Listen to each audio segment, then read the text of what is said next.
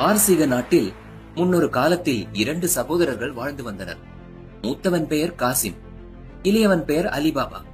இவர்களது தந்தையான முகமது காலமான சமயத்தில் போதிய சொத்துக்களை சகோதரர்கள் இருவருக்கும் வைத்துவிட்டுத்தான் சென்றார். அந்த சொத்துக்களை சகோதரர்கள் இருவரும் சமமாக பிரித்துக் கொண்டாலும் பேராசை கொண்ட காசிம் தந்திரமாக அலிபாபாவை ஏமாற்றி அத்தனை சொத்துக்களையும் எழுதி வாங்கிக் கொண்டான். காசிமின் இந்த செயலுக்கு அவனது மனைவியான ரசியா பேகமும் குழந்தை.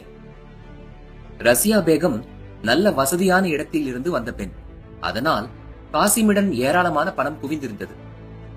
இருந்தாலுமே அவன் அடுத்தவன் பணத்துக்கு அநியாயமாக ஆசைப்படும் மோசக்காரனாக இருந்தான்.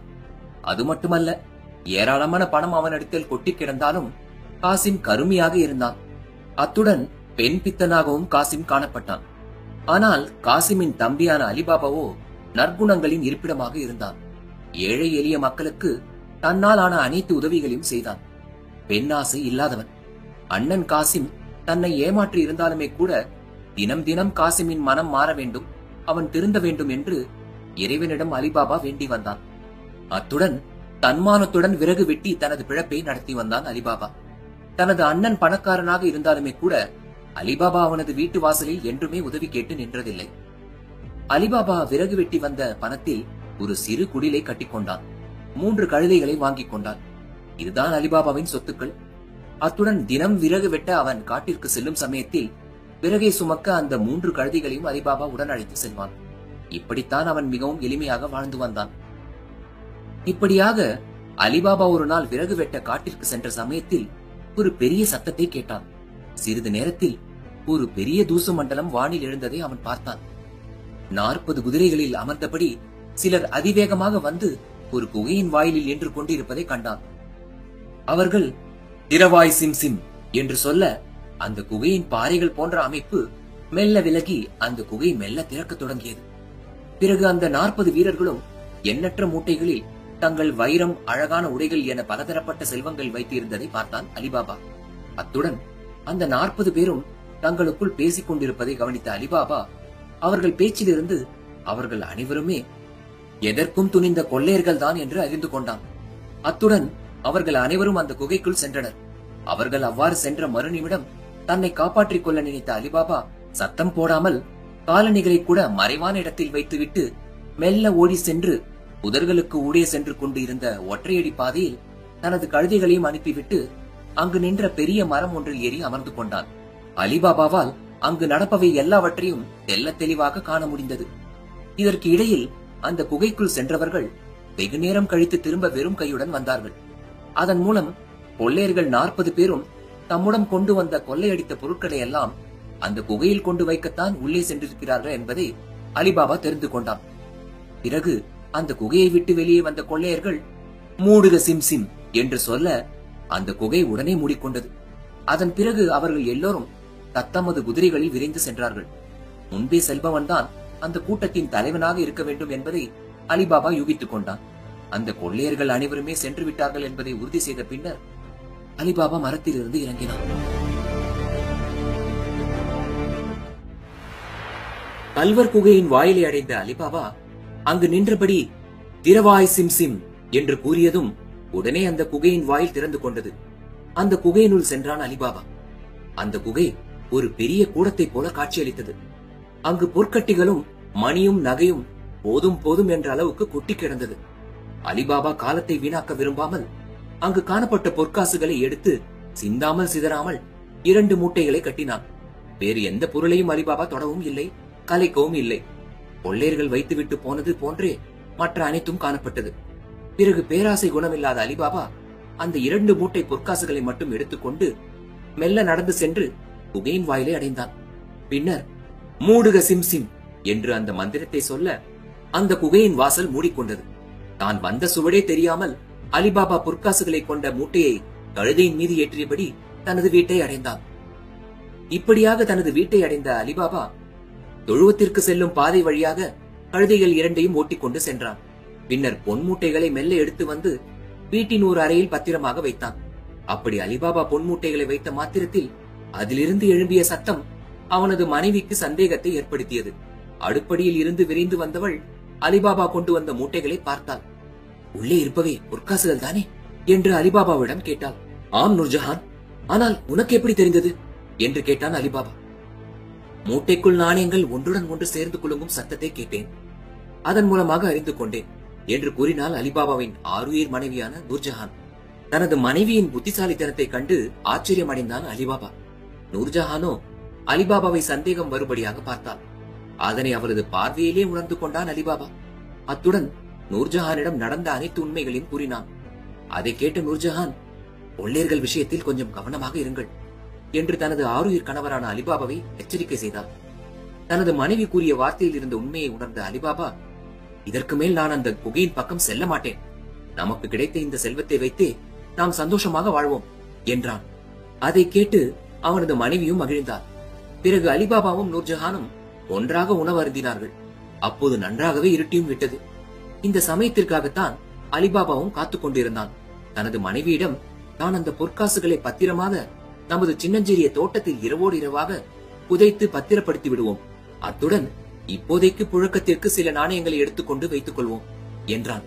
அதை கேட்ட அலிபாபாவின் மனைவியான நூர்ஜஹான், அவசரப்படாதீர்கள், நம்மிடம் உள்ள தங்க நாணயத்தின் இருப்பு நமக்கு தெரிய வேண்டாமா? அப்போதுதானே நாம் அதனை எப்படி பயனுள்ளதாக செலவழிக்கலாம் என்பதை திட்டமிட முடியும்.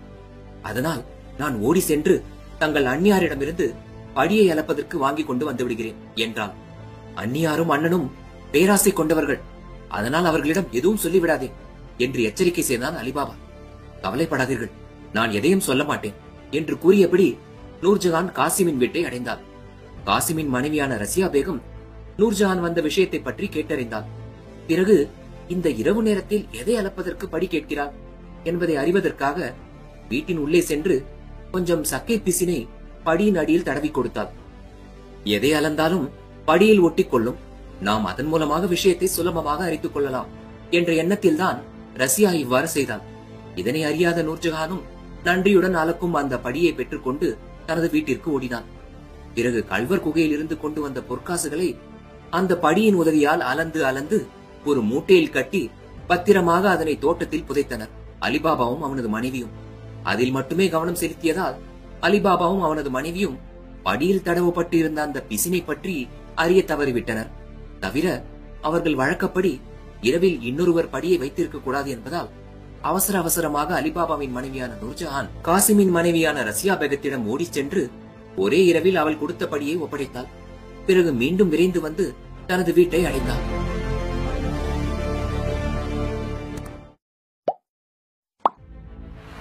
காசிமின் மனைவி வீட்டிற்குள் படியை எடுத்து சென்று அதனுள் பார்க்கவும் ஒரு தங்க நாணயம் அதில் ஒட்டி கிடந்தது. அதனை எடுத்து பார்த்த அவளுக்கு ஒரே ஆச்சரியம். பொன் நாணயங்களை அளக்கும் அளவுக்கு அலிபாபா பணக்காரனாகிவிட்டானா? அவனுக்கு அவ்வளவு பொற்காசுகள் எங்கிருந்து வந்திருக்கும்? இத்துடன் இதனை விடக்கூடாது என்று தனது மனதுக்குள் கூறிக்கொண்டவளாக தனது அன்பு கணவர் காசிம் வீட்டை அடைந்த மாத்திரத்தில் அவரிடமும் இது பற்றி கூறி ஆச்சரியம் அடைந்தான். காசிமும் அதை கேட்டு வியந்தான். பிறகு காசிமின் மனைவி அவனிடம், தங்கள் தம்பியான அலிபாபாவிடம் எப்படி அவ்வளவு பொற்காசுகள் வந்தது, எப்படியாவது சென்று தெரிந்துவிட்டு வாருங்கள் என்று கூறி அனுப்பினான். அதன் அடிப்படையில் காசிமும் அலிபாபாவை தேடி அந்த ரகசியத்தை பற்றி எப்படியாவது அறிந்தாக வேண்டும் என்ற எண்ணத்தில் கிளம்பினான். சிறிது நேரத்திற்கெல்லாம் அலிபாபாவின் வீட்டை அடைந்தான் காசிம். காசிம் அலிபாபாவின் வீட்டை அடைந்த நேரத்தில் அலிபாபாவின் மனைவி அந்த கொள்ளையர்களின் குகை இருக்கும் சரியான இடத்தை கேட்டுக்கொண்டிருக்க அலிபாபா அதனை தனது மனைவியிடம் விலக்கிக் கொண்டிருந்தான். அதனை காசிம் முழுவதுமாக ஒட்டு கேட்டு முடித்தான். பின்னர் முகத்தில் புன்னகையை வரவழைத்துக் கொண்டு, தம்பி அலிபாபா என்று அன்புடன் கூறியபடி காசிம் அலிபாபாவின் வீட்டினுள் நுழைந்தான். வீடு தேடி வந்த தனது அண்ணனை அலிபாபா அன்புடன் வரவேற்றான். வந்ததும் வராததுமாக காசிம் அலிபாபாவிடம், தம்பி, என்னிடமும் நீ சொல்லக்கூடாதா? நானும் வந்திருப்பேனே. உனக்கு உண்மையில் எப்படி தங்க நாணயங்கள் கொட்டி கிடந்த அந்த பொக்கிஷ குகையை பற்றி தெரிந்தது என்று கேட்டான். மேற்கண்ட இந்த வார்த்தையை காசிம் சொன்ன மாத்திரத்தில் அலிபாபாவுக்கு புரிந்துவிட்டது. அண்ணனுக்கு முக்கால்வாசி உண்மை தெரிந்துவிட்டது. இனியும் மறைத்து பிரயோஜனம் இல்லை என்று தனது மனதினுள் சிந்தித்தவனாய் காசிமிடம் அனைத்து உண்மைகளையும் கூறி முடித்தான். தனது தம்பி கூறிய அனைத்தையும் நன்றாக கேட்டுக்கொண்டான் காசிம். பிறகு வந்த வேலை நல்லபடியாக முடிந்தவுடன் அலிபாபா போன்ற ஏழை பிச்சைக்காரனின் வீட்டில் கை நினைப்பது கூட தரித்திரம்தான் என்று மனதினில் நினைத்தவனாய் அலிபாபாவிடம் விடை கூட பெறாமல் வேகமாக கிளம்பினான் காசிம். தனது மாளிகையை அடைந்தான். அன்றைய இரவு முழுவதும் காசிம் தூங்க கூட இல்லை. அலிபாபா எடுத்து வந்ததை விட அதிக செல்வங்களை எடுத்து வர வேண்டும். அவன் 2 கழுதைகளில் செல்வத்தை கொண்டு வந்தான். நாம் 12 கழுதைகளில் செல்வங்களை கொண்டு வர வேண்டும். அந்த செல்வங்களை கொண்டு இதைவிட பெரிய மாளிகையை கட்ட வேண்டும். இந்த ஊருக்கே ராஜாவாக வேண்டும் என்றெல்லாம் மனக்கோட்டை கட்டிக் கொண்டிருந்தான் காசிம். தனது தம்பி கூறியதை மனத்தில் கொண்டவனாய் மறுநாள் காசிம் 12 கழுதைகளை வாடகைக்கு எடுத்துக்கொண்டு சென்றான். 24 கோணிப்பைகளையும் உடன் எடுத்துக்கொண்டு சென்றான். அலிபாபா தன்னிடம் சொன்னபடி அவன் தனக்கு கூறிய அதே பாதை வழியாக சென்றான். செல்லும் சமயத்தில் திரவாய் சிம்சிம் என்றும் மூடுக சிம்சிம் என்றும் மனதிற்குள் திரும்ப திரும்ப சொல்லியபடி சென்றான் காசிம். ஆனால் ஏனோ அந்த வார்த்தைகளை அவன் ஒரு குறிப்பில் குறித்துக் கொள்ள வேண்டும் என்று கூட தோன்றவில்லை. அது அவனது விதி என்றுதான் சொல்ல வேண்டும். கல்வர் குகையின் வாயிலை அடைந்த காசிம் தான் கொண்டு வந்த 12 கழுதைகளையும் சற்றும் யோசிக்காமல் குகையின் வாயிலில் கட்டி வைத்தான். பிறகு அலிபாபா தன்னிடம் சொன்னபடி திரவாய் சிம்சிம் என்று கூற குகையின் வாயில் திறந்தது. அதற்குள் காசிம் உள்ளே சென்றான். அந்த குகையின் கதவு தானாக மூடிக்கொண்டது. குகைக்குள் சென்ற காசிம் அங்கு மலை போல காணப்பட்ட ரத்தினங்களை கண்டு மலைத்து போனான். விலை உயர்ந்த ஆடைகள் அனைத்தும் அங்கு பல தலைமுறைகளுக்கு கொட்டி கிடந்தன. கணக்கில்லா மூட்டைகளில் பொற்காசுகள் காணப்பட்டன. அதனை வாரி வாரி கொடுத்தாலும் ஒரு நாட்டுக்கே பல வருடங்கள் கொடுத்துக் கொண்டே இருக்கலாம். இதை தவிர வெள்ளி சாமான்கள் கணக்கில்லாமல் அடுக்கி வைக்கப்பட்டு இருந்தது. அதை பார்த்த காசிம் தான் எதற்காக வந்தோம் என்பதையே சில மணி நேரங்களுக்கு மறந்து ஆனந்த தாண்டவம் ஆடினான். பிறகு ஓடிச் சென்று பொற்காசுகளை எடுத்து எடுத்து மழை போல தன் மேல் வாரி இறைத்து விளையாடினான். அதனால் பொற்காசுகள் எங்கும் சிதறியது. அங்கு காணப்பட்ட நகைகளை எல்லாம் எடுத்து போட்டுக் கொண்டான். அப்போது காசிமின் வாயெல்லாம் பல்லாக இருந்தது. பிறகு தான் கொண்டு வந்த 24 கோணிப்பைகளிலும் தங்க காசுகளையும் வெள்ளி சாமான்களையும் வைரக்கற்களையும் உயர் ரக ஆடைகளையும் இன்னும் பல பல விலை உயர்ந்த பொருட்களையும் அடைத்தான். அத்தனையும் அவன் ஒரு ஆள் தூக்கி கொண்டு போக முடியுமா என்று கூட அவன் அப்போது யோசிக்கவில்லை. பேராசை காசிமின் கண்களை மட்டுமல்ல, அவனது புத்தியையும் அரைத்தது. இப்படியாக கஷ்டப்பட்டு தான் கோணியில் அடைத்த செல்வங்களை எல்லாம் பல மணி நேரம் பாடுபட்டு தூக்க முடியாமல் தூக்கி கொண்டு ஒவ்வொன்றாக குகையின் வாயில் கதவின் அருகில் வைத்தான் காசிம். அந்த களைப்பில் அப்படியே சிறிது நேரம் அமர்ந்து விட்டான். பிறகு களைப்பு நீங்கி திற குகையே என்று கத்தினான். குகை திறக்கவில்லை. காரணம், காசிம் அந்த குகை திறக்க உண்மையில் சொல்ல வேண்டிய வார்த்தையை மறந்துவிட்டான். பிறகு வாய்க்கு வந்த அத்தனை வார்த்தைகளையும் சொன்னான். குகை திறக்கவே இல்லை. சரியாக சொல்ல வேண்டியதை உச்சரித்தால் தானே குகை திறக்கும். காசிம் அலறி துடித்தான். இனி என்ன ஆகப் போகிறதோ என்று அழுதான், கத்தினான். ஆனால் அவனை காக்க யாரும் அந்த குகைக்குள் இல்லை. இப்படி இருக்கும் சமயத்தில் எண்ணற்ற குதிரைகளின் காலடி ஓசையை கேட்டான். கொள்ளையர்கள் வந்துவிட்டதை அவன் உணர்ந்தான். உடனே தான் மூட்டை மூட்டையாக கட்டிய செல்வங்களை எல்லாம் குகையின் வாயிலேயே போட்டுவிட்டு குகைக்குள் ஓடி சென்று ஒரு மறைவான இடத்தில் ஒளிந்து கொண்டான். இது இப்படி இருக்க குகையின் வாயிலை அடைந்த கொள்ளையர்கள் தங்கள் குகையின் பக்கத்தில் மேய்ந்து கொண்டிருந்த கழுதைகளை பார்த்ததுமே அதிர்ச்சி அடைந்தனர். எவனோ ஒருவன் உள்ளே எப்படியோ நுழைந்து விட்டான் போல இருக்கிறதே என்று எண்ணியவர்களாய் திரவாய் சிம் சிம் என்று அந்த மந்திரத்தை சொல்ல குகை திறந்து கொண்டது. 40 கொள்ளையர்களும் விரைந்து அந்த குகைக்குள் சென்றனர். உள்ளே பொற்காசுகள் அனைத்தும் ஆங்காங்கே இறைந்து கிடப்பதை கண்டான் அந்த கொள்ளையர்களின் தலைவன். உடனே தனது சகாக்களை அந்த குகை முழுவதும் சல்லடை போட்டு தேட சொன்னான். அவர்களும் தேடினர். இறுதியில் காசிம் அகப்பட்டுக் கொண்டான். அவனை தர தரவென்று இழுத்து வந்து தங்கள் தலைவர் முன்னால் நிறுத்தினார்கள் கொள்ளையர்கள். கொள்ளை கூட்டத்தின் தலைவன் காசிமை வெறி கொண்டு பார்த்தான். அந்த பார்வையிலேயே காசிம் கதிகலங்கி போனான்.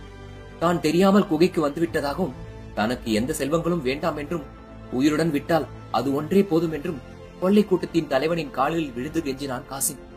ஆனால் அந்த கொள்ளை கூட்டத்தின் தலைவன் காசிமை விடுவதாக இல்லை.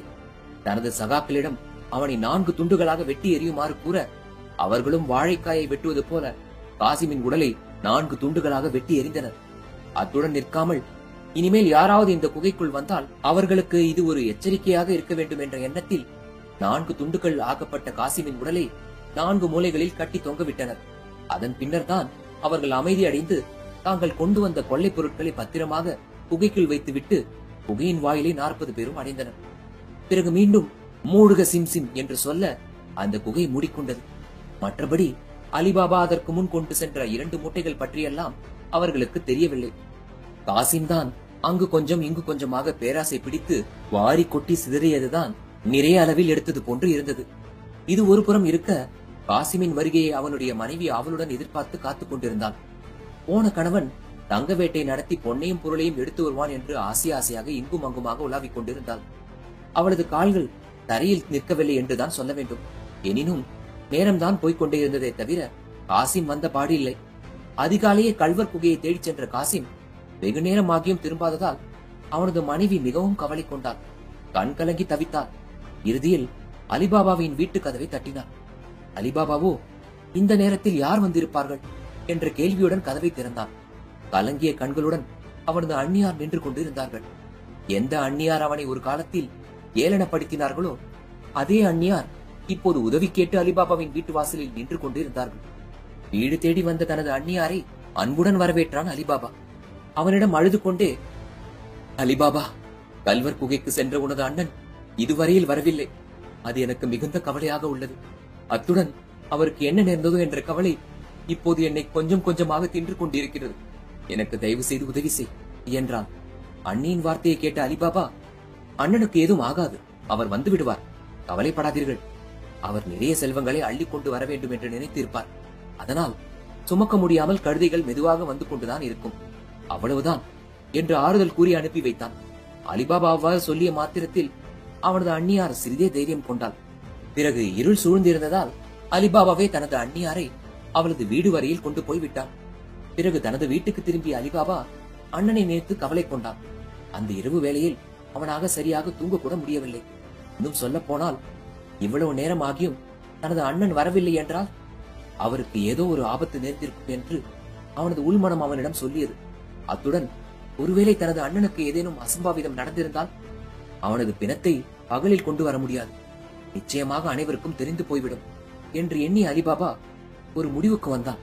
தனது மனைவி நூர்ஜஹானை அழைத்து அவரிடம் சொல்லிவிட்டு அந்த இரவு வேளையில் தனது இரு கழுதைகளுடன் புறப்பட்டு சென்றான். அன்றைய தினம் அமாவாசையாக இருந்தாலுமே வானம் தெளிவாக இருந்ததால் அவன் இருட்டை பற்றி கவலை கொள்ளவில்லை. குகையினுள் இரவு பகலாக பெரிய எண்ணெய் விளக்குகள் எரிந்து கொண்டிருந்ததை பார்த்தவன் ஆனதினால் அலிபாபா குகையினுள் செல்வதற்கும் அஞ்சவில்லை. எனினும் அவனது கவலை எல்லாம் அவனது அண்ணனை பற்றியே இருந்தது. நிச்சயம் தனது அண்ணன் உயிருடன் இல்லை என்பதை மட்டும் அவனது மனம் திரும்ப திரும்ப அவனிடம் சொல்லிக் கொண்டே இருந்தது. அந்த மனநிலையில்தான் அலிபாபா கல்வர் குகையின் வாயிலை அடைந்தான். திறவாய் சிம் சிம் என்று அவன் சொல்ல அந்த குகையின் வாயில் வழக்கம் போல திறந்து கொண்டது. தனது அருமை அண்ணனின் பெயரை சொல்லி அழைத்த வண்ணம் உள்ளே சென்றான் அலிபாபா. ஓரிடத்தில் ரத்தம் ஆறு போல பாய்ந்து உறைந்து கிடந்ததை கண்டான் அலிபாபா. அது வந்த வழியை பின்தொடர்ந்து சென்ற அலிபாபா தனது அண்ணனின் 4 துண்டுகளான உடலை கண்டான். அந்த கோர காட்சியை கண்ட மட்டில் அழுது துடித்தான்.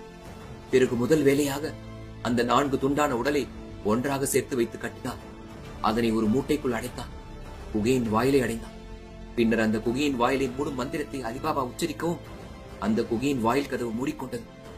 வருத்தத்துடன் தனது உடன் பிறந்தவனின் துண்டாக்கப்பட்ட உடலை கழுதையின் மீது மூட்டையில் வைத்து ஏற்றிய வண்ணம் அண்ணனின் வீட்டை அடைந்தான் அலிபாபா. அங்கு வெளித்திணையில் படுத்திருந்த அண்ணன் வீட்டு பணிப்பெண்ணான மெர்ஜியானாவை மெல்ல அழைத்து வெளியே கூட்டி வந்து விஷயத்தை சொல்லிக் கொண்டிருந்த போது பேசும் குரல் கேட்டு காசிமின் மனைவி எழுந்து வந்து விட்டாள். தனது கணவர் கொள்ளைக்காரர்களால் கொல்லப்பட்டதை அறிந்தாள். அதனால் அதிர்ந்தாள். கண்ணீர் அவள் கண்களை முட்டிக் கொண்டு வந்தது. வாய் உலர்ந்து போனது. அதை கண்ட அலிபாபா அண்ணனின் உடல் துண்டாடப்பட்டிருப்பதால் அழுது புலம்பி ஊரை கூட்டிவிடக் கூடாது என்றும் பின்னர் பெரிய வழக்காகிவிடும் என்றும் கூறினான். எனவே அவள் தனது அழுகையை கட்டுப்படுத்திக் கொண்டாள்.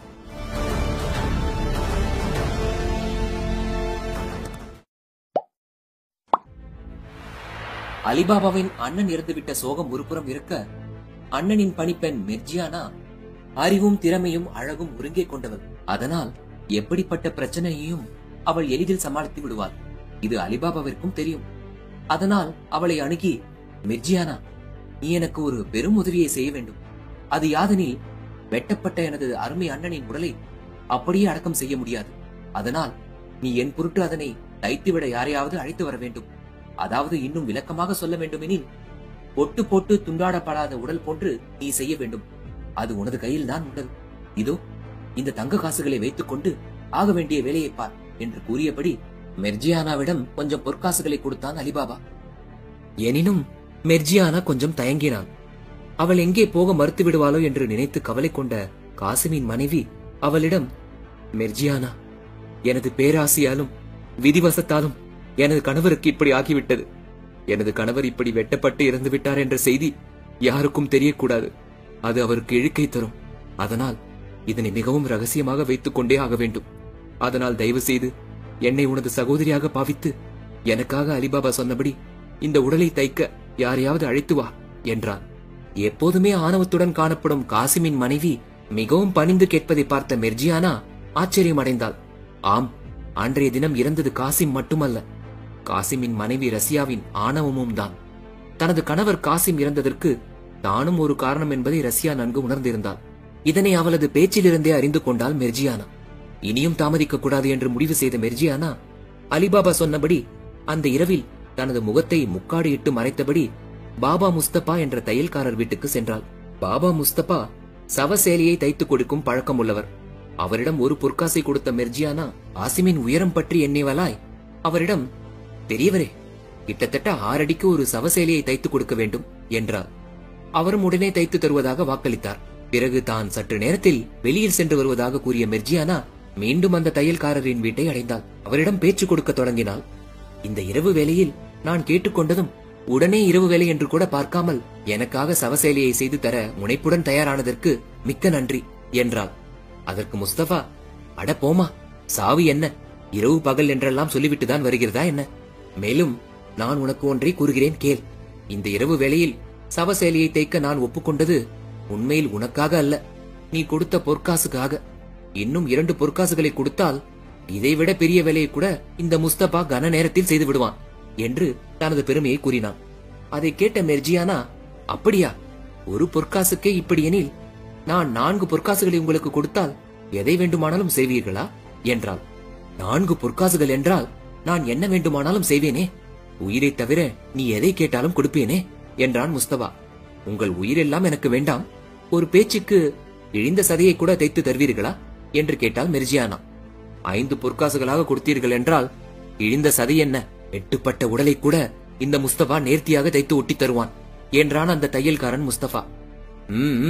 அதுதான் எனக்கும் வேண்டும். தங்களுக்கு நான் 5 அல்ல 10 பொற்காசுகளை தருகிறேன். ஏன் எதற்கு என்றெல்லாம் கேட்காமல் தாங்கள் கண்களை கட்டியபடி இதோ தாங்கள் தைத்து வைத்துள்ள இந்த சவசேலையையும் ஊசி நூலையும் மேலும் தைக்க தேவையான உங்கள் இதர பொருட்களையும் உடன் எடுத்துக்கொண்டு என்னுடன் வாருங்கள் என்று பாபா முஸ்தபாவிடம் கூறினாள் மெர்ஜியானா. 10 பொற்காசு கண்டிப்பா தருவியா என்றார் முஸ்தபா. 10 பொற்காசுகளை எடுத்து முஸ்தபா பார்க்கும்படியாக மேஜை மீது வைத்தாள் மெர்ஜியானா. அதை பார்த்த முஸ்தபா ஆவலுடன் அதனை எடுக்க பாய்ந்த சமயத்தில் மெர்ஜியானா மீண்டும் அந்த காசு எடுத்து பத்திரமாக சுருக்கு பையில் பூட்டி முடிந்து கொண்டு, முதலில் வேலை முடியட்டும், பிறகு இந்த 10 பொற்காசுகளும் உமக்குத்தான் சொந்தம் என்றாள். அதான் காசை காட்டிட்டியே, வா போகலாம். எனக்கு தேவையான பொருட்களை எல்லாம் நான் பத்திரமாக எடுத்துக்கொண்டேன். இப்போது நீ எனது கண்ணை கட்டலாம் என்றான் முஸ்தபா. அதன்படியே முஸ்தபாவின் கண்களை ஒரு கருப்பு துணியால் கட்டி அந்த நள்ளிரவு வேளையில் யாருமே அறியாதபடி முஸ்தபாவை காசிமின் அரண்மனைக்கு அழைத்து சென்றாள் மெர்ஜியானா. செல்லும் வழியில் முஸ்தபா ஒரு வார்த்தை கூட பேசாமல் வந்து கொண்டிருந்தார். இதை பார்த்த மெர்ஜியானாவுக்கு பெரிய வியப்பாக இருந்தது. காரணம், முஸ்தபா எப்போது பார்த்தாலும் சதா பேசிக்கொண்டே இருக்கும் பழக்கமுடையவர். ஆனால் இப்போதோ அவர் அமைதியாக வந்து கொண்டிருந்தார். இதுவும் நன்மைக்கே என்று நினைத்த மெர்ஜியானா காசிமின் வீட்டுப்படியை அடைந்தாள். வீட்டின் உள்ளே சென்றாள். பாபா முஸ்தபாவின் கண்களை கட்டிய அந்த கருப்பு துணியை நீக்கினார். அது மந்தமான வெளிச்சத்தை கொண்ட அறையாக இருந்தது. அங்கு இருப்பவர்களின் முகங்களில் முகமூடி காணப்பட்டது. இவ்வளவு ஏன், இறந்து கிடந்த காசிமின் முகத்திற்கு கூட முகமுடி போடப்பட்டிருந்தது. எனினும் அதை பற்றி எல்லாம் கேட்க விரும்பாத பாபா முஸ்தபா தனக்கு பொற்காசுகள் வந்தால் போதும் என்ற நோக்கில் துண்டு துண்டுகளாக கிடந்த காசிமின் உடலை ஒட்ட வைத்து மிகவும் நேர்த்தியாக தைத்துக் கொடுத்தார். இப்படியாக அந்த தையல்காரரின் வேலை முடிந்த மாத்திரத்தில் மீண்டும் அவரது கண்கள் கட்டப்பட்டன. பிறகு மீண்டும் மெர்ஜியானா அந்த நள்ளிரவில் அந்த தையல்காரரை அவர் கண்கள் மூடிய நிலையில் அவரது வீடு வரை கொண்டு போய் விட்டாள். அப்போதும் கூட பாபா முஸ்தபா திரும்பும் வழி முழுவதும் ஒரு வார்த்தை கூட பேசாமல் வந்தார். சரி, பெரியவர் பயத்தின் காரணமாக ஏதும் பேசவில்லை போலும் என்று நினைத்தாள் மெர்ஜியானா. ஆனால் உண்மை அது அல்ல. பாபா முஸ்தபா தனது வீட்டிற்கும் காசிமின் வீட்டிற்கும் இடையே ஒவ்வொரு அடியையும் எண்ணிக்கொண்டே வந்தார். முஸ்தபாவின் வீடு வந்ததும் அவரது கைகளில் பொற்காசுகளை கொடுத்துவிட்டு மெல்ல நகர்ந்து ஓடினாள் மெர்ஜியானா. பாபா முஸ்தபா தனது கண்களை திறந்து பார்த்த சமயத்தில் அங்கு யாருமே இல்லை. அவரது கையில் மட்டும் 10 பொற்காசுகள் இருந்தது. இந்நிலையில் அடுத்த கட்ட நடவடிக்கையான காசிமின் உடலை சுத்தம் செய்து வாசனை திரவியங்களை தெளித்து அதனை அடக்கம் செய்ய தயார் செய்தால் மெர்ஜியானா. அக்கம் பக்கத்தினர் பலர் காசிம் இறந்து விட்டதை கேள்விப்பட்டு துக்கம் விசாரிக்க அவரது மாளிகை போன்ற அந்த வீட்டிற்கு வந்தார்கள். வந்தவர்களிடம் காசிம் மாரடைப்பால் இறந்து விட்டார் என்று அவர்கள் நம்பும் விதமாக கூறினான் அலிபாபா. இதற்கிடையில் ஈமச் சடங்குகளை முறைப்படி செய்ய இமாமை அழைத்து வந்தால் மெர்ஜியானா.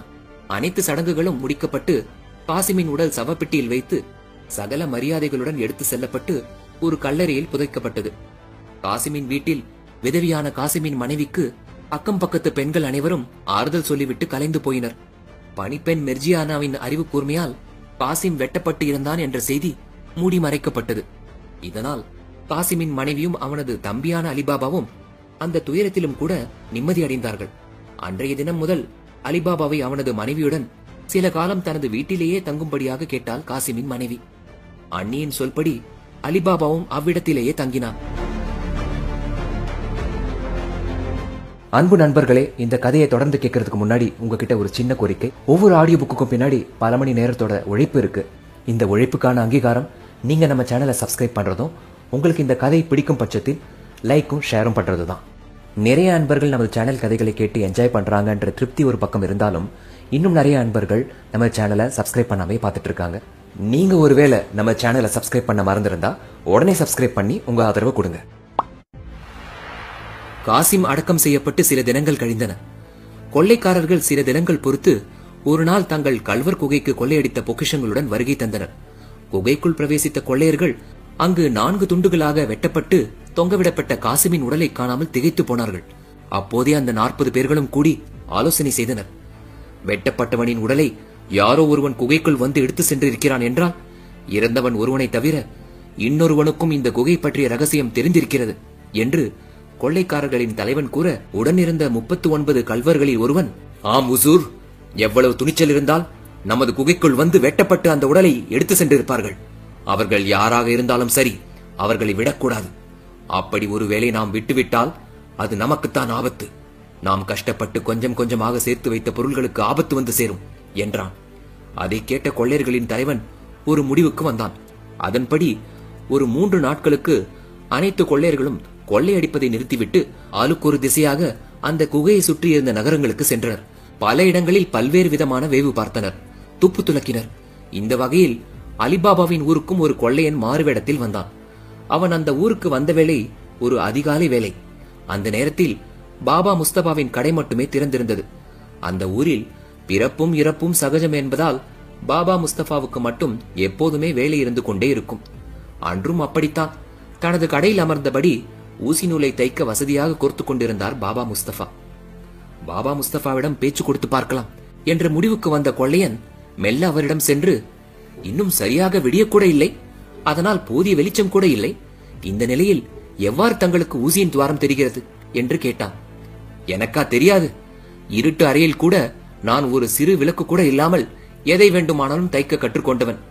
இவ்வளவு ஏன், அண்மையில் வெட்டுப்பட்ட ஒரு உடலை கூட நான் தைத்திருக்கிறேன் தெரியுமா என்று கூறி பெருமைப்பட்டான் முஸ்தபா. உண்மையாகத்தான் சொல்கிறீர்களா? உயிரற்ற சடலத்தை கூட தைத்திருக்கிறீர்களா என்று கேட்டான் அந்த கொள்ளையன். முஸ்தபா ஆம் என்று கூறினார். பிறகு சற்று நேரம் யோசித்த பிறகு, நீ சின்ன பையன், உன்னிடம் அதை பற்றி எல்லாம் கூறக்கூடாது. சரி, நீ உனது வேலையை பார் என்றார். விஷயத்தை வாங்கிக் கொண்ட கொள்ளையன் தனது சகாக்களிடம் சொல்ல விரைந்தான். 3 நாட்கள் முடிந்திருந்த நிலையில் அனைத்து கொள்ளையர்களும் மீண்டும் அந்த கல்வர் குகையின் வாசலில் ஒன்று கூடினர். அப்போது விரைந்து வந்த அந்த கொள்ளையன் பாபா முஸ்தபா கூறிய அனைத்து விஷயங்களையும் கொள்ளை கூட்ட தலைவனிடம் கூறினான். அதை கேட்ட அந்த கொள்ளை கூட்ட தலைவன் மகிழ்ச்சி அடைந்தான். பிறகு தனது சகாக்களை மாறுவேடத்தில் அவ்வூருக்கு அழைத்து சென்றான். அவ்வாறு சென்ற கொள்ளையர்கள் முதல் வேலையாக முஸ்தபாவின் வீட்டை அடைந்தனர். அவரிடம் விசாரிக்க வேண்டிய விதத்தில் விசாரித்தான் அந்த கொள்ளை கூட்டத்தின் தலைவன். அடி தாங்காமல் முஸ்தபாவும் தனது கண்களை ஒரு பெண் வந்து கட்டி 10 பொற்காசுகளை கொடுப்பதாக சொன்னது முதல் 4 துண்டுகளான பிணத்தை தைத்தது வரையிலான அனைத்து விஷயத்தையும் கூறி முடித்தான்.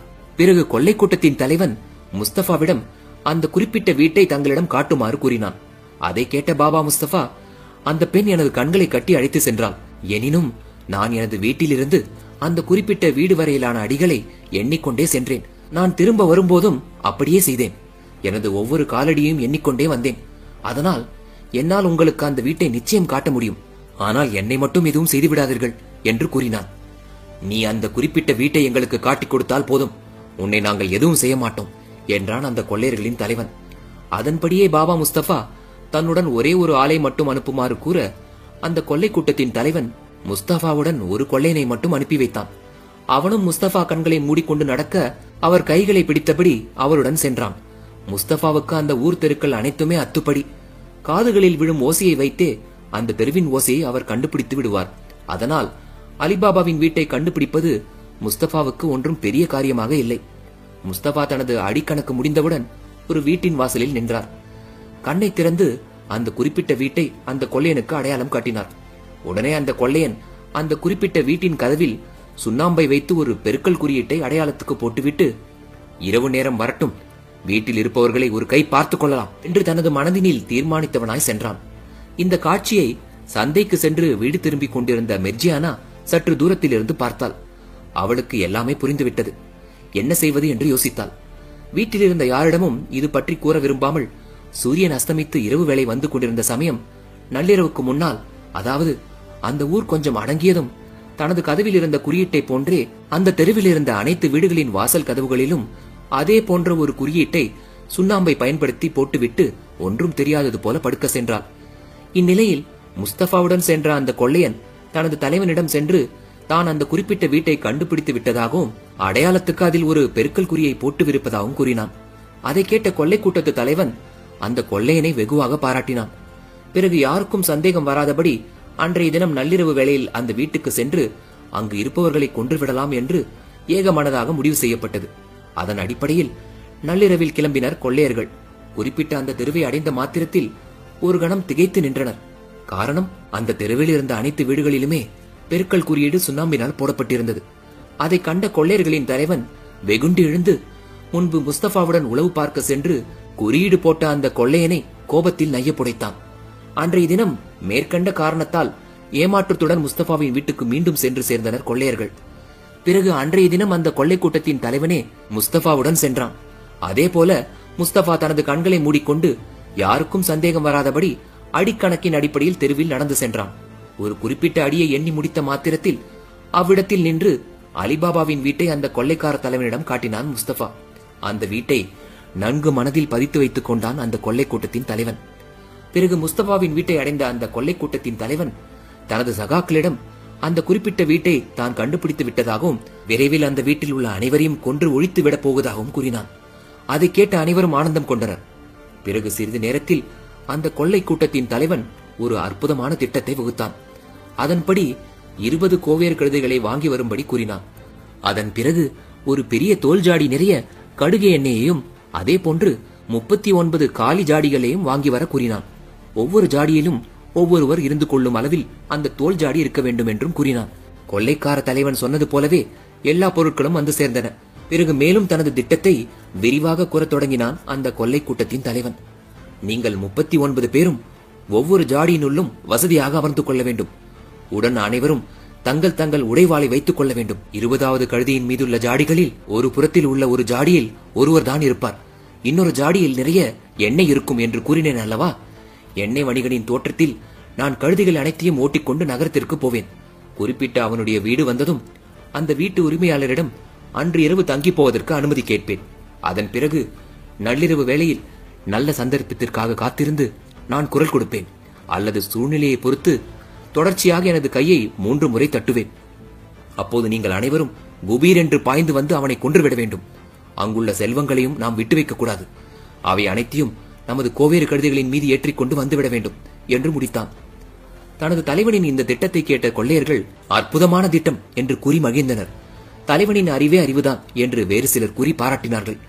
பிறகு கொள்ளையர்களின் தலைவன் தான் சொன்ன திட்டத்தை செயல்படுத்த தொடங்கினான். அதன் அடிப்படையில் ஒரு பெரிய வணிகன் போன்று உடை அணிந்து 20 கோவேறு கழுதைகளின் மீதும் ஜாடிகளை ஏற்றினான். அதாவது ஒவ்வொரு கழுதியின் மீது 2 ஜாடிகள் வீதம் ஏற்றினான். மொத்தம் 39 ஜாடிகளில் ஆயுதங்களுடன் கொள்ளைக்காரர்கள் இருந்தார்கள். ஒரு ஜாடியில் மட்டும் கடுகெண்ணெய் இருந்தது. இரவு வந்ததும் கோவேறு கழுதைகளை ஓட்டிக்கொண்டு தலைவன் போனான். அலிபாபாவின் வீட்டின் முன்னால் அவற்றை நிறுத்தினான். அந்த சமயத்தில்தான் இரவு வேளை உணவை முடித்துவிட்டு அலிபாபா வீட்டின் முன்னால் உலவிக் கொண்டிருந்தான். அலிபாபாவை கண்ட மாத்திரத்தில் இவன்தான் அந்த வீட்டின் தலைவனாக இருக்க வேண்டும் என்று நம்பிய கொள்ளைக்கார தலைவன் அவன் அருகில் சென்று அவனை வணங்கியபடி, நான் ஒரு வியாபாரி, ஒவ்வொரு பெரிய நகரத்திற்கும் கடுகு எண்ணெயை விநியோகிப்பவன். தரத்தில் சிறந்த எங்கள் எண்ணெயைத்தான் எல்லோரும் விரும்பி வாங்குவார்கள். அந்த அளவுக்கு அருகில் உள்ள ஊர்களில் எங்களது எண்ணெய்க்கு மவுசு அதிகம். தற்போது இரவு நேரம் வந்துவிட்டதால் கொள்ளையர்களின் நடமாட்டம் அதிகம் இருக்கலாம் என்று அஞ்சுகிறேன். அதனால் தயவு செய்து இன்று ஒரு நாள் மட்டும் இரவு இங்கு தங்க அனுமதி வேண்டும். கேட்பவர்களுக்கு கேட்டபடி உதவி செய்யும் குணம் கொண்டவர் என்று தங்களை பற்றி அக்கம் பக்கத்தினர் கூற கேட்டிருக்கிறேன். அதனால் எனக்கும் தாங்கள் தான் உதவி செய்ய வேண்டும் என்று மிகுந்த பணிவுடன் கேட்டுக்கொண்டான் அந்த கொள்ளையன். சற்று நேரம் யோசித்த அலிபாபா வணிகனின் வேஷத்தில் வந்திருப்பவன் யார் என்று அறியாததால் அந்த கொள்ளையனை உண்மையான வணிகன் என்றே நினைத்துக் கொண்டு தனது வீட்டில் தங்க இடம் கொடுத்தான். பிறகு அலிபாபாவின் அனுமதியுடன் அந்த மாறுவேடத்தில் இருந்த கொள்ளைக்காரன் தான் கொண்டு வந்த கழுதைகள் அனைத்தையுமே தொழுவத்தில் அடைத்துக் கொண்டான். அத்துடன் அவைகளுக்கு ஆகாரமும் தண்ணீரும் வைத்தான். இந்த சமயத்தில் அலிபாபா மெர்ஜியானாவை அழைத்து, நமது வீட்டில் தங்க ஒரு விருந்தாளி வந்துள்ளார், அவர் வசதியாக தங்க அனைத்து ஏற்பாடுகளையும் செய்து கொடு என்றான். அதன்படியே செய்வதாக கூறிவிட்டு சென்றாள் மெர்ஜியானா. பின்னர் மாறுவேடத்தில் இருந்த அந்த கொள்ளைக்காரன் மீண்டும் அலிபாபாவிடம் வந்து பேச்சு கொடுக்க தொடங்கினான். அப்போது அன்று இரவு தன்னுடனே உணவு உண்ண வேண்டும் என்று கூறினான் அலிபாபா. அவசியம் உணவு உண்கிறேன் பிரபு, ஆனால் ஒரு வேண்டுகோள், எனக்கு தாங்கள் அளிக்கும் எந்த உணவிலும் உப்பு சிறிதளவு கூட இருக்கக்கூடாது என்று அலிபாபாவிடம் வேண்டினான் அந்த கொள்ளையன். அலிபாபாவும் அதற்கு ஒப்புக்கொண்டு கொள்ளைக்கார தலைவனிடம் இருந்து விடை பெற்று மெர்ஜியானாவை சந்தித்து, மெர்ஜியானா, இன்னொரு முக்கியமான விஷயம், அந்த வணிகர் நமது வீட்டில் உணவு உண்ண ஒரு வேண்டுகோள் வைத்துள்ளார். அதன்படி நீ அவருக்கு பரிமாறும் எந்த உணவிலும் உப்பு இருக்கக்கூடாது, சரிதானே என்று அலிபாபா சொல்ல அதற்கு ஒப்புக்கொண்டு அப்படியே சமைக்க தொடங்கினாள் மெர்ஜியானா. இருந்தும் அவளது மனதில் சந்தேகம் நிழலாட தொடங்கியது. ஏன் அந்த வணிகர் உப்பிட்ட உணவை உண்ண மறுக்கிறார்? இதில் ஏதோ நிச்சயம் விஷயம் உள்ளது. உண்மையில் ஒரு வீட்டுக்கு கெடுதல் செய்ய நினைப்பவர்கள்தான் அந்த வீட்டின் உப்பை தின்ன மறுப்பார்கள். அப்படி இருக்க இந்த வணிகர் நமக்கு ஏதோ பெரிய கெடுதலை செய்ய இருக்கிறாரா? அப்படி செய்ய வேண்டிய அவசியம்தான் என்ன என்று தனது மனத்திற்குள் பலவிதங்களில் கேள்விகள் எழுப்பி அதனால் சிந்தனை வயப்பட்டாள் மெர்ஜியானா. பிறகு வேக வேகமாக அலிபாபா சொன்னபடியே சமைத்து முடித்தாள் அவள். உணவு வேலையும் முடிந்தது. உப்பில்லாத உணவை கூட வேண்டிய மட்டும் அதிகமாக உண்டான் அந்த கொள்ளையன். அப்போது அலிபாபா அடுத்த நாள் காலையில் என்ன செய்ய வேண்டும் என்பதை மெர்ஜியானாவிடம் கூறிவிட்டு அவன் தனது வழியில் ஓய்வெடுக்க சென்று விட்டான். அலிபாபாவின் நிலை இப்படி இருக்க உணவை முடித்துக் கொண்ட அந்த கொள்ளையன் தொழுவத்தின் பக்கமாக சென்றான். அதனை கண்டுகொண்ட மெர்ஜியானாவுக்கு சந்தேகம் கொண்டு அவனை பின்தொடர்ந்து சென்றாள். தொழுவத்திற்கு சென்ற அந்த தலைவன் அந்த ஜாடிகள் பக்கத்தில் நின்று மெல்லத்தான் பேசினான். அவன் ஜாடிக்குள் இருக்கும் கொள்ளையர்கள் ஒவ்வொருடமும் சென்று, இன்று இரவு, அதாவது நள்ளிரவில் எனது குரலை கேட்டதும் தோல் ஜாடியானதால் மேல் பாவத்தில் இருந்து அடிப்பாகம் வரை உங்களிடம் உள்ள கத்தியால் கிழித்துவிட்டு வெளியேற வேண்டும் என்றான். இப்படி ஒவ்வொரு ஜாடியிடமும் சென்று மாறுவேடத்தில் இருந்த அந்த கொள்ளை கூட்டத்தின் தலைவன் பேசிக் கொண்டிருப்பதை கவனித்தாள் மெர்ஜியானா. ஆனால் அவள் சற்று தூரத்தில் இருந்ததால் அந்த வணிகன் என்ன பேசிக் கொண்டிருக்கிறான் என்பதை கேட்கவே முடியவில்லை. அதே சமயத்தில் மெர்ஜியானா இன்னொன்றையும் கவனிக்க தவறவில்லை. அது யாதெனில், அந்த வணிகன் பெரிய பெரிய ஜாடிகளை கொண்டு வந்து அடுக்கி வைத்திருந்தான். அதில் முதல் ஜாடியின் மூடியில் மட்டுமே எண்ணெய் பிசுக்கு காணப்பட்டது. மற்ற ஜாடிகளில் சிறிதும் எண்ணெய் பிசுக்கு இல்லை. அத்துடன் எண்ணெய் பிசுக்கு காணப்பட்ட அந்த ஜாடியில் மட்டும் ஓட்டை இல்லை. மற்ற ஜாடிகள் அனைத்திலும் மூச்சுவிட ஏதுவாக ஒரு சிறு துவாரம் இருந்தது. இதைவிட அனைத்துமே தோல் ஜாடிகளாக இருந்ததால் உள்ளே இருப்பவர்கள் நெளியும் சமயத்தில் அந்த ஜாடிகள் உப்பின. அப்போது அந்த இடம் கொஞ்சம் புடைத்து காணப்பட்டது. மேற்கண்ட இவற்றையெல்லாம் நன்கு நுணுக்கமாக கவனித்து விட்டாள் மெர்ஜியானா. அவளுக்கு எல்லாமே தவறாகப்பட்டது. பிறகு அந்த கொள்ளை கூட்டத்தின் தலைவன் தொழுவத்தில் இருந்து புறப்பட்ட சமயத்தில் மெர்ஜியானா அவனது கண்களில் படாதவாறு மெல்ல நகர்ந்து சென்றான். கொள்ளை கூட்டத்தின் தலைவன் தனது அறையை அடைந்ததும் மெர்ஜியானா அந்த தலைவனிடம், தங்களுக்கு படுக்கை தயாராக இருக்கிறது, குடிப்பதற்கு தண்ணீரும் கூஜாவில் வைத்திருக்கிறேன் என்று கூறவும் நன்றி கூறியவனாய் படுத்துக் கொண்டான் அவன். பின்னர் மெர்ஜியானா அந்த தொழுவத்திற்கு சென்றாள். அவளது காலடி ஓசையை கேட்டதும் தலைவன் தான் வந்துள்ளான் என்று எண்ணிக்கொண்ட கொள்ளையர்களில் ஒருவன், தலைவா, நாம் பாய்வதற்கு ஏற்ற வேலை வந்துவிட்டதா என்று கேட்டான். அந்த தோல் ஜாடியில் போட்டிருந்த ஓட்டைகள் மூலம் மெர்ஜியானா தெல்ல தெளிவாக அந்த வார்த்தையை கேட்டாள். உடனே அவள் தனது தொண்டையை இறுக்கிக் கொண்டு மெல்லிய குரலில், சத்தம் போடாதே, நேரம் இன்னும் வரவில்லை என்றான். பிறகு மெர்ஜியானா தனது அறைக்கு சென்றாள். அந்த வணிகனின் முகத்தை அவளுக்கு எங்கோ பார்த்தது போலத்தான் இருந்தது. அவள் நன்கு யோசித்தாள். அப்போது அவளுக்கு சிறு வயதில் நடந்த சம்பவங்கள் அனைத்தும் நினைவுக்கு வந்தது. அது ஒரு அழகிய மலை கிராமம். தனது தாய் தந்தையுடன் சந்தோஷமாக ஓடி விளையாடு மகிழ்ந்து கொண்டிருந்தாள் மெர்ஜியானா. அப்போது சிறுமியாக இருந்த அவளை ஆசையுடன் நினைத்தபடி உணவு ஊட்டிக் கொண்டிருந்தாள் மெர்ஜியானாவின் தாய். அப்போது திடீரென்று எண்ணற்ற குதிரைகளின் காலடி ஓசையை கேட்டனர் அந்த கிராமத்து மக்கள். சிறிது நேரத்தில் எங்கும் புழுதி பறந்தது. 40 பேர் கொண்ட ஒரு கொள்ளைக்கார கும்பல் அந்த கிராமத்துக்குள் புகுந்து அனைவரையும் கொன்று தீர்த்தது. கையில் கிடைத்த பொருட்களை எல்லாம் அள்ளிச் சென்றது. அந்த தாக்குதலில் இருந்து தப்ப முயன்றனர் மெர்ஜியானாவின் குடும்பத்தினர். ஆனால் சுதாரித்துக் கொண்ட கொள்ளை கூட்டத்தின் தலைவன் மெர்ஜியானாவின் தாய் தந்தையரை உயிருடன் எரித்து விட்டு சென்றான். மெர்ஜியானாவை ஒரு கூடையில் இருக்க செய்துவிட்டு என்ன நடந்தாலும் வெளியில் வரக்கூடாது என்று கூறிவிட்டு அவளது தந்தை சென்றிருந்ததால் மெர்ஜியானா மட்டுமே அந்த மலை கிராமத்தில் கொள்ளையர்களின் தாக்குதலில் இருந்து தப்பித்தாள். மேற்கண்ட இந்த சம்பவத்தை நினைத்து பார்த்தால் மெர்ஜியானா இப்போதோ அதே கொள்ளை கூட்டத்தின் தலைவன் தான் மாறுவேடத்தில் வந்துள்ளான். அவனது முகத்தை மெர்ஜியானாவால் சில வருடங்கள் கடந்தும் கூட மறக்கவே முடியவில்லை. அவள் எத்தனையோ இரவுகள் தூங்காமல் இந்த சம்பவத்தை நினைத்து நினைத்து அழுதும் இருக்கிறாள். அந்த நிலையில் காலம் இப்போது அந்த கொள்ளையனை அவனது கூட்டத்துடன் பழிவாங்க மெர்ஜியானாவுக்கு ஒரு அருமையான சந்தர்ப்பத்தை கொடுத்திருந்தது. அதற்காக எல்லாம் வல்ல இறைவனுக்கு நன்றி தெரிவித்தாள் மெர்ஜியானா. பிறகு இனிமேலும் காத்துக் கொண்டிருக்க கூடாது என்று எண்ணிய மெர்ஜியானா அடுப்பின் மேல் ஒரு பெரிய வாணலியை வைத்து அதில் அவன் கொண்டு வந்த கடுகு எண்ணெயை ஊற்றி அடுப்பை பற்ற வைத்தாள். நன்றாக காய்ந்த விறகு மத மத என்று எரிந்தது. எண்ணெய் நன்றாக காய்ந்ததும் ஒவ்வொரு பெரிய குவளையிலும் கொதிக்கும் எண்ணெயை நிரப்பி வரிசையாக ஒவ்வொரு ஜாடியிலும் ஊற்றி மூடியை அடைத்து வைத்து விட்டாள். இவ்விதமாக ஒரு ஜாடி எண்ணெயையும் கொதிக்க வைத்து எல்லா ஜாடிகளிலும் ஊற்றிய பின்னர் தான் அவள் நிம்மதியடைந்தாள். இப்படியாக அந்த கொதிக்கும் எண்ணெயில் அவ்விதமே அவிந்து அந்த 39 பேர்களும் பிணமாகிவிட்டனர். மெர்ஜியானா இவ்வாறாக அந்த கொள்ளை கூட்டத்திற்கே ஒரு முடிவை கட்டிவிட்டு மெல்ல தனது அறைக்கு சென்று படுத்துக் கொண்டாள். அப்போதிலிருந்து சரியாக 1 மணி நேரம் கழிந்தது. சரியாக 12 மணிக்கு எழுந்தான் கொள்ளை கூட்டத்தின் தலைவன். அவன் ஜன்னலை திறந்து பார்த்த சமயம் எங்கும் இருள் பரவியிருந்தது. ஒரு விதமான மயான அமைதியை உணர்ந்தான் அவன்.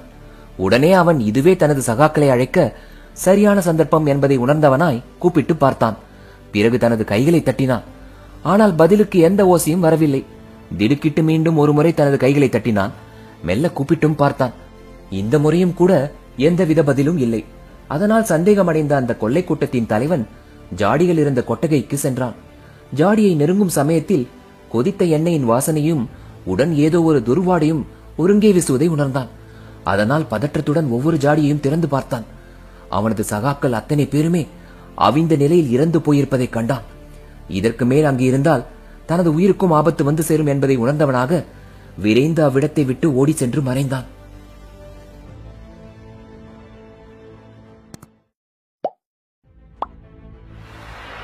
இப்படியாக இரவில் நடந்த எந்த நிகழ்ச்சி பற்றியும் அலிபாபாவுக்கு தெரியாது.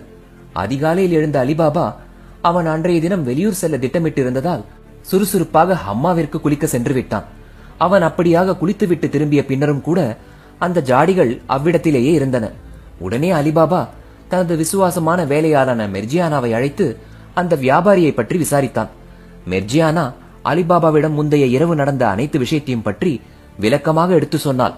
அத்துடன் மாறுவேடத்தில் வந்திருந்தவன் தான் கொள்ளை கூட்டத்தின் தலைவன் என்பதையும் எடுத்து கூறினாள். அதனை அலிபாபா முதலில் நம்பவில்லை.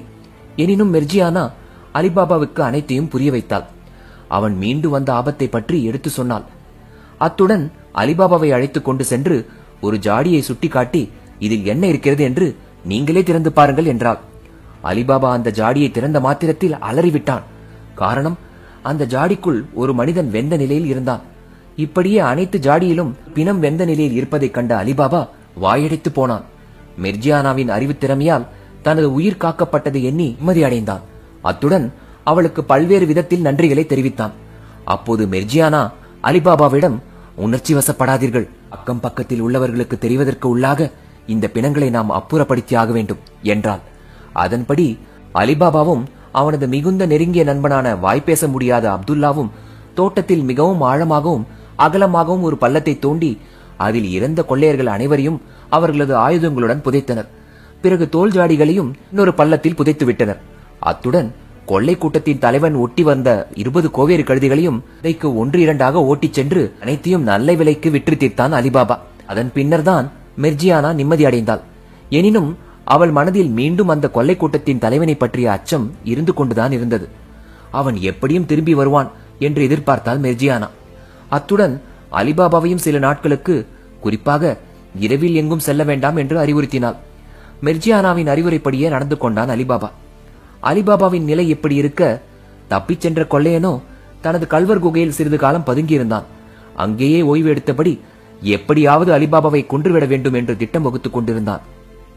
அந்த கொள்ளையனின் மனம் அமைதியடையவில்லை.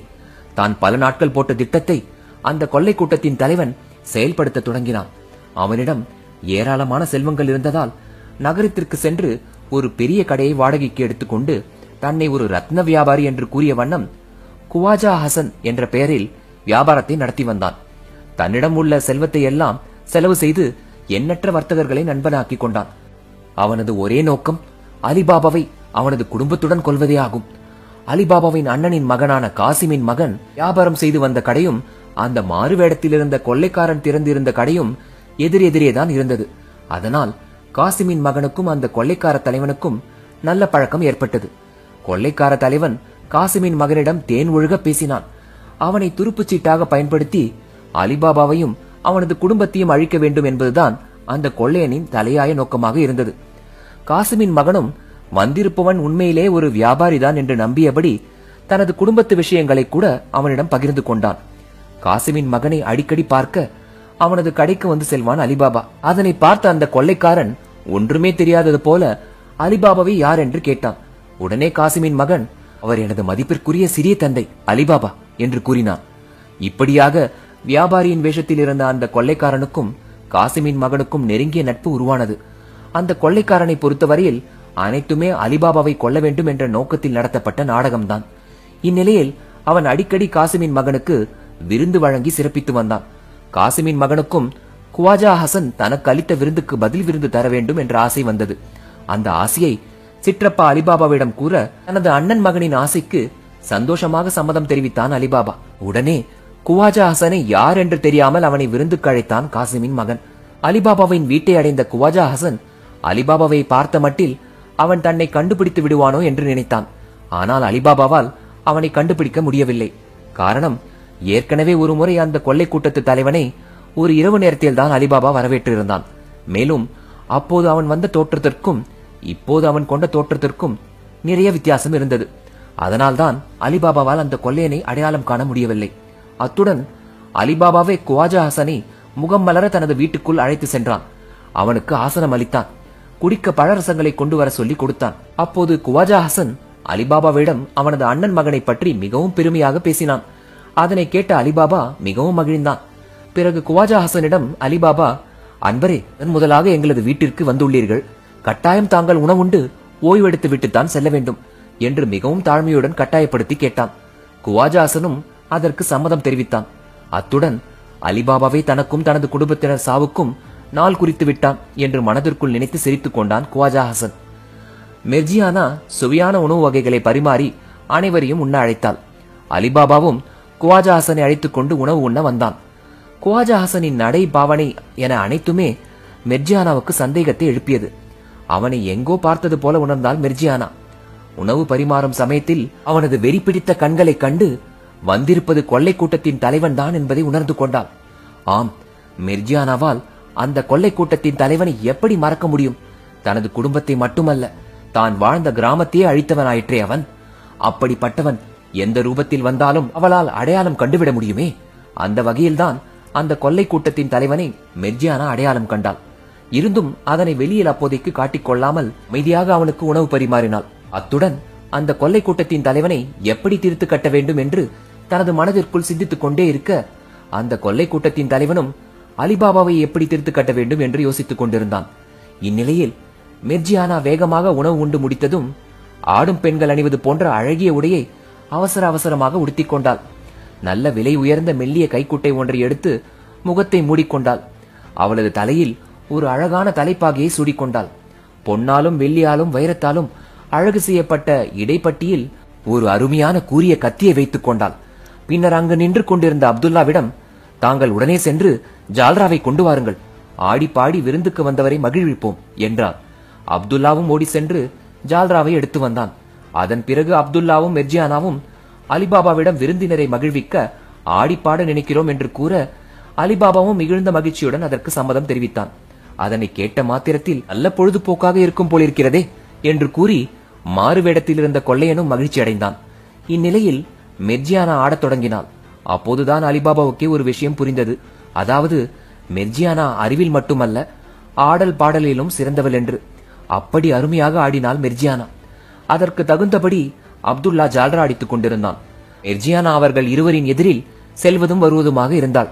அத்துடன் அவர்களிடம் ஆடிக்கொண்டே அன்பளிப்பு வாங்குவதற்கு போய் நின்றாள். முதலில் அலிபாபா ஒரு பொற்காசை கொடுத்தான். பின்னர் அவனுடைய அண்ணனின் மகன் ஒரு பொற்காசை எடுத்து மெர்ஜியானாவுக்கு கொடுத்தான். அந்த 2 பொற்காசுகளையும் வாங்கி அப்துல்லாவிடம் கொடுத்துவிட்டு புன்னகையுடன் திருடர்களின் தலைவனிடம் போய் நின்றாள். அந்த திருடர்களின் தலைவன் மெல்ல குனிந்து பணப்பையை எடுக்க முற்பட்ட சமயத்தில் அந்த வாய்ப்புக்காகத்தான் காத்திருந்தாள் மெர்ஜியானா. கொள்ளைக்காரனின் தலைவன் குனிந்து பணப்பையை எடுக்கும் நேரத்தில் தனது இடையில் இருந்த கத்தியை எடுத்து அவனது கழுத்தில் ஆழமாக பாய்ச்சி விட்டாள். அடுத்த கணம் அந்த கொள்ளைக்கார தலைவன் அலறி துடித்தபடி கீழே விழுந்து மாண்டான். இந்த காட்சியை கண்ட அலிபாபா அதிர்ந்து போனான். அவன் மெர்ஜியானாவிடம், மெர்ஜியானா, நீ என்ன செய்து விட்டாய்? நமது விருந்தாளியை நீ கொன்று விட்டது சரியா? ஏன் இப்படி செய்தாய் என்று கேட்டான். காசிமின் மகனும் கூட மெர்ஜியானா மீது ஆத்திரம் கொண்டான். உடனே மெர்ஜியானா அலிபாபாவிடமும் காசிமின் மகனிடமும் இவ்வாறு உண்மையை எடுத்து சொன்னான். இவன் முதலில் நீங்கள் எல்லோரும் நினைப்பது போல ரத்ன வியாபாரியே இல்லை. இவன் கொள்ளைக்காரர்களின் தலைவன். எனது எஜமானரான காசிமை கொன்றவன்.